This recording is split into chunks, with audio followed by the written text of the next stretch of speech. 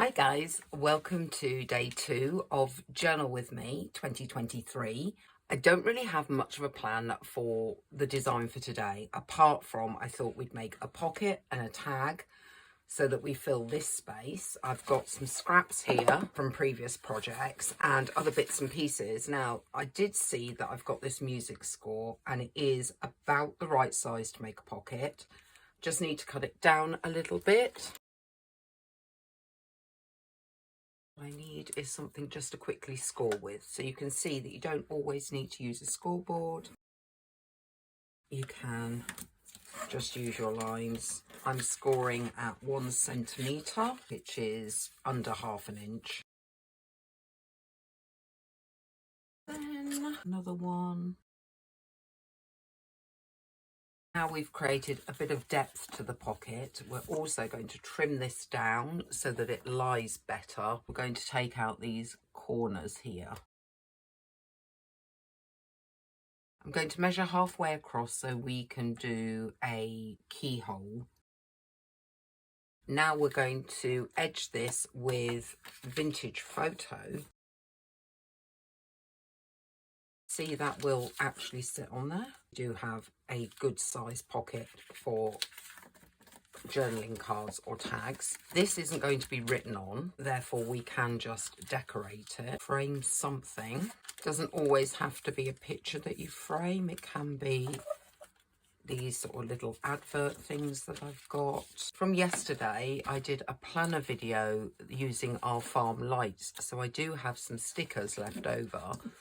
So I may well use some of these just so that I don't have more scrap building up. I'm going to go for a slightly farmy theme. You see we've got that, which you could write 2nd of January on. If I do something along those lines, what else have we got? Piece of blue wood. You can see that I'm just building up some shapes here. And then we could have a central focus point. Actually got another Norman Rockwell, and this time it's of a farmer and birds. Might well cut him out. We can stick him outside the frame and maybe throw a label across it. And what I will do to secure it is I will add a bit of washi tape on a bit more glue over it because it's not very sticky. Pop that down. Put this down over that bit of tape and then stick our farmer down. Okay, maybe we could do with another something here. Now we have a very quick pocket design. January the 2nd. Trying to think of a fancy-ish script I could do. It's not perfect, but it will do. Downstrokes are thicker, I know that much.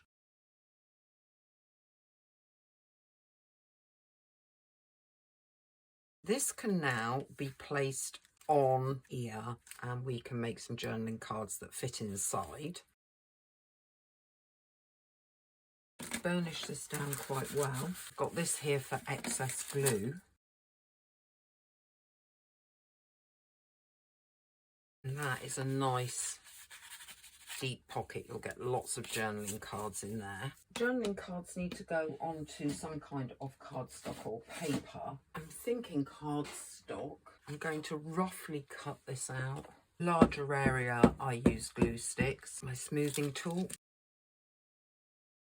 I'll probably do a few while I'm here. When that's dry, we'll cut that into 1, 2, 3, 4, 5 journaling cards or tags. To create the top of the tag, I've got an old card that I've cut different size corners out of, and you just line those tops up. We've got a very quick tag top. Not necessarily perfectly even, but even enough. It will need a hole punching into it. Again, measure. It's going to be around 3. And that is our tag cut into shape, and you'd edge that with vintage photo, and we will decorate those in a minute. For the journaling card, similar idea, cut it out. I will use a corner rounder to create a nice finish. Just see if it will go in, which it will. Here's a set of tags done. And what I have here is a napkin that I've just found in a box to the side of me. So we're going to use that initially because it has some pumpkins on it. So although I would say it's an autumn napkin, it does also relate to the farm theme. What we're going to do to be able to use it is strip off all the layers. This one has 3. We're definitely going to be using the big journaling cards, so we'll start with that. Cover that with some Mod Podge. I always keep a decoupage brush in some water. What we will do is cover this with the Mod Podge, put the napkin down, put a layer of Mod Podge on top, let that dry. I'm going to use some kind of sanding block to get rid of edges and create a rough finish. Because at the moment we're doing a vintage look and things get worn, I want to make this a bit worn too. Do you see the difference there? You go back over it with a bit more vintage photo. Once these are worn, as you can see, you could just use them as they are. They're really quite pretty. Or you can collage on them. You would collage very much in the same way that you've collaged your pocket.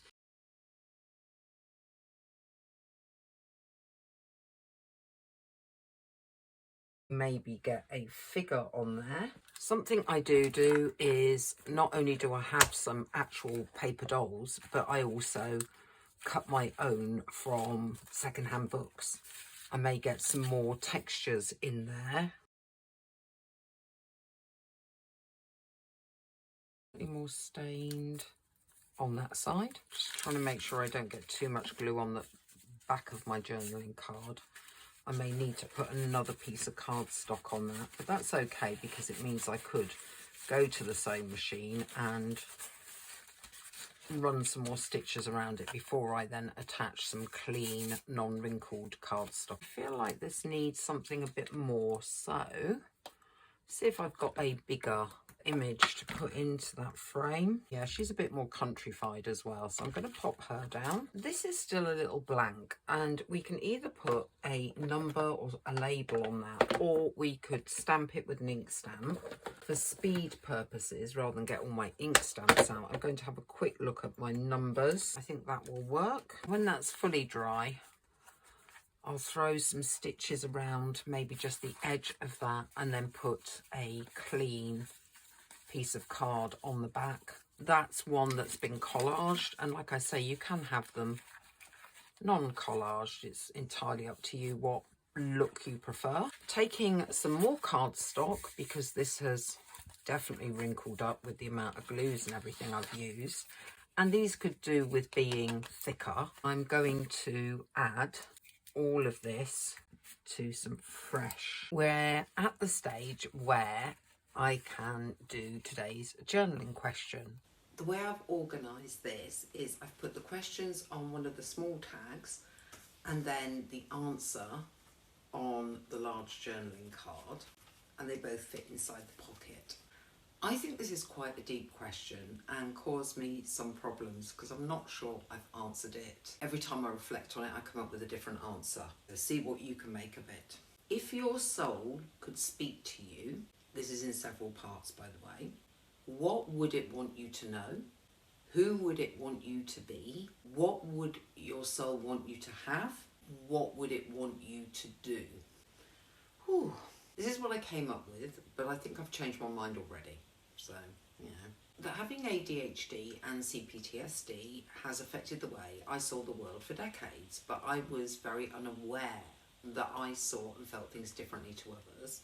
And I think my soul would want me to know that that in itself is okay, because now I do know that I have these two conditions that do change how I think, and I don't really know how other people think, and I always thought I did know how people think. Therefore, I think what they want me to do is the real work is not just recognising I have these two issues, it's actually how do I then renegotiate the world and what I think about the world and how I see other people and how I interact with other people. Maybe sometimes it's just that I have to pause my own thoughts and ask myself, is it true, or is this just my confused thinking that's making me believe this? I think my soul would want for me in the future for me to feel emotions. I do feel kind of negative emotions quite regularly because I don't handle stress very well.